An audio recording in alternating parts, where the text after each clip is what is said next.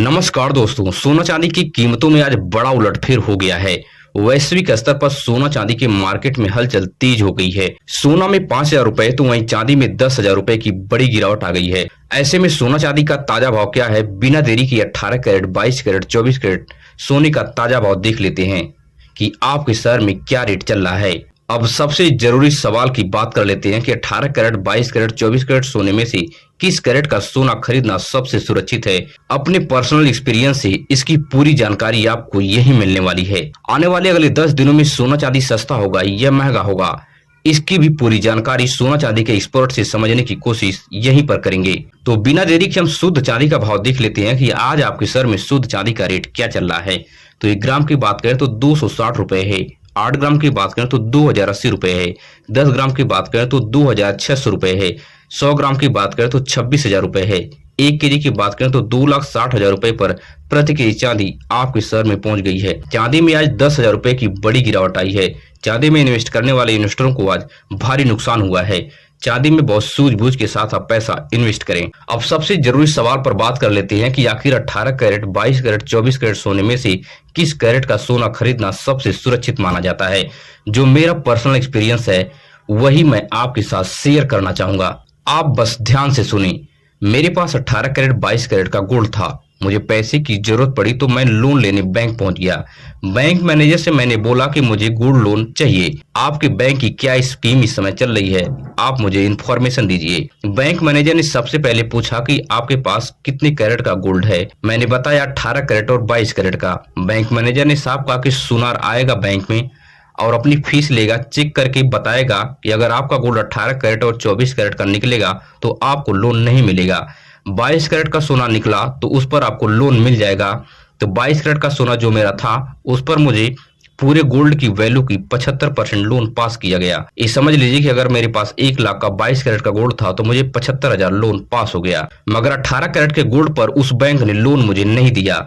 फिर मैं 18 कैरेट का गोल्ड लेकर दूसरे बैंक में अगले दिन गया, मगर वहां बहुत मंथन के बाद कई अधिकारी आपस में मंथन किए। उसके बाद 18 कैरेट के गोल्ड पर लोन दिया गया, वह भी बहुत ही कम, पूरे गोल्ड वैल्यू का 55%। ये समझ लीजिए कि 1 लाख का अगर 18 कैरेट का गोल्ड आपको है तो 55,000 रुपए आपका लोन पास हुआ।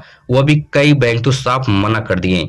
मैं बैंक का नाम यहाँ पे नहीं लेना चाहूंगा। मेरे इस पर्सनल एक्सपीरियंस से निष्कर्ष यही निकलता है कि इस हिसाब से आपको 22 कैरेट के गोल्ड में पैसा इन्वेस्ट करना चाहिए। फिजिकल रूप से जो लोग गहना वहना खरीदते हैं उनके लिए मैं बात कर रहा हूँ। जो लोग डिजिटल गोल्ड में इन्वेस्ट करते हैं उसकी बात मैं नहीं कर रहा हूँ। इस बात को आप विशेष ध्यान दें। तो 22 कैरेट में आप पैसा इन्वेस्ट करें जो सबसे सुरक्षित है और आसानी से इसको आप बेच भी सकते हैं और इस पर आसानी से आपको लोन भी पास हो जाएगा। अगर यही लोन लेने आप किसी सुनार के पास जाएंगे तो आपको भारी भरकम ब्याज चुकाना पड़ेगा हर महीने का। ये समझ लीजिए कि अगर आप 8 से 10 लाख का लोन लेंगे तो आपको 15 से 20,000 रुपए हर महीने सिर्फ और सिर्फ इंटरेस्ट सुनार को चुकाना पड़ेगा, जो कि बहुत ही खतरनाक है। और सभी लोग इस ट्रैप में फंसते हैं और उन लोग का सोना भी चला जाता है। और कितने लोग तो इतना ज्यादा ब्याज भर के उस सोना को लेते हैं कि कोई फायदा ही नहीं है उसको लेने का। इसलिए अगर आपको गोल्ड पर लोन लेना है तो आप बैंक प्रीफर करें, काफी कम इंटरेस्ट पर आपको लोन पास हो जाता है। अब कुछ लोग कहेंगे कि 24 कैरेट का गोल्ड सबसे प्योर होता है, सबसे शुद्ध होता है, यह तो सबसे अच्छा होता है, इस पर क्यों लोन पास नहीं होगा। तो आपको विशेष ध्यान देना है कि 24 कैरेट गोल्ड में कोई भी गहना नहीं बनता है और बैंक सबसे ज्यादा प्रीफर करते हैं कि जिसके पास गहना है उसी को वह गोल्ड भी देते हैं। अगर आपके पास कोई क्वाइन है, सिक्का है या कोई ईंट है, कोई टुकड़ा है तो उस पर वो लोन नहीं देते हैं, क्योंकि बैंक को भी काफी परेशानी होती है। अगर आप लोन नहीं चुकाएंगे, आप ब्याज इंटरेस्ट नहीं देंगे तो बैंक को बेचने में काफी मशक्कत करनी पड़ती है, काफी कागजी कार्रवाई करनी पड़ती है, जो कि बैंक इससे भी बचता है। अगर गहना रहेगा तो लोग मजबूरी में गहना छुड़ाएंगे। इसी वजह से बैंक सिर्फ और सिर्फ गहना पर लोन पास करने का पूरी तरह से कोशिश करता है। अब बात कर लेते हैं कि 18 कैरेट गोल्ड का रेट आपके शहर में क्या चल रहा है। तो 1 ग्राम की बात करें तो 11,568 रुपए है। 8 ग्राम की बात करें तो 92,444 रुपए है। 10 ग्राम की बात करें तो 1,15,680 रुपए पर प्रति तोला सोना 18 कैरेट का आपके शहर में पहुंच गया है। 18 कैरेट गोल्ड पर आपको 12% का मेकिंग चार्ज और 3% की जीएसटी अलग से चुकानी पड़ती है। 18 कैरेट गोल्ड को आप पहचान कर सकते हैं, इसके ऊपर 18 की 750 की होल मार्किंग होती है। अब बात कर लेते हैं कि 22 कैरेट गोल्ड का रेट आपके शहर में क्या चल रहा है। तो 1 ग्राम की बात करें तो 14,135 रुपए है। 8 ग्राम की बात करें तो 1,13,080 रुपए है। 10 ग्राम की बात करें तो 1,41,350 रुपए पर प्रति तोला सोना 22 कैरेट का आपके शहर में पहुंच गया है। 22 कैरेट गोल्ड पर आपको 10% का मेकिंग चार्ज और 3% की जीएसटी अलग से चुकानी पड़ती है। 22 कैरेट गोल्ड को आप पहचान कर सकते हैं, इसके ऊपर 22 के 916 की होल मार्किंग होती है। अब बात कर लेते हैं कि 24 कैरेट गोल्ड का रेट आपके शहर में क्या चल रहा है। तो 1 ग्राम की बात करें तो 15,419 रुपए है। 8 ग्राम की बात करें तो 1,23,352 रुपए है। 10 ग्राम की बात करें तो 1,54,190 रुपए पर प्रति तोला सोना 24 कैरेट का आपके शहर में पहुंच गया है। 24 कैरेट गोल्ड पर आपको 1 से 2% का मेकिंग चार्ज और 3% की जीएसटी अलग से चुकानी पड़ती है।